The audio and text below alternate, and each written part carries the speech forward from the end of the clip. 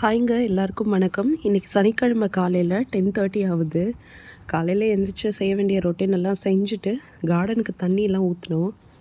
ஊற்றிட்டு பார்க்கும்போது தான் தெரிஞ்சுது ரோஸ் பிளான்ட்டில் 5-6 மொட்டு வந்திருக்குது. எனக்கு வேறு எதுவும் அப்டேட் இல்லை ஆக்சுவலாக அந்த ரோஸ் பிளான்ட்டை விட்டால். அதோட இப்போ தான் நான் ஃபஸ்ட் டைமாக கார்டனிங்கும் யூகேல பண்ணுறேன். ஸோ எனக்கு எந்த அளவுக்கு வந்து ரோஸ் ஸ்ப்ரிங்லேயே பூக்குமா, மொட்டு வைக்குமா இதெல்லாம் எனக்கு தெரியாது.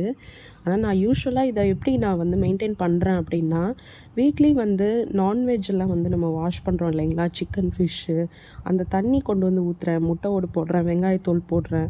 அதை தவிர வந்து மந்த்லி வந்து 2 டைம் வந்து ஃபெர்டிலைசர் வைக்கிறேன். அது சண்டே வைப்பேன். இப்போ நாளைக்கு ஃபெர்டிலைசர் வைக்கிற டைம் தான். ஸோ இந்த மாதிரி தான் மெயின்டைன் பண்ணுறேன். நல்லாவே எனக்கு வந்திருக்கு. இது மாதிரி தான் எல்லாருக்கும் இருக்குமான்னு தெரில.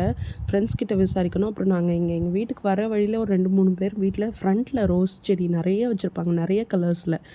அந்த செடி எல்லாமும் இந்த அளவுக்கு இம்ப்ரூவ் ஆகிருக்கா, அவங்களுக்கு எல்லாமும் மொட்டு வந்திருக்கான்னு பார்த்தா தான் தெரியும்.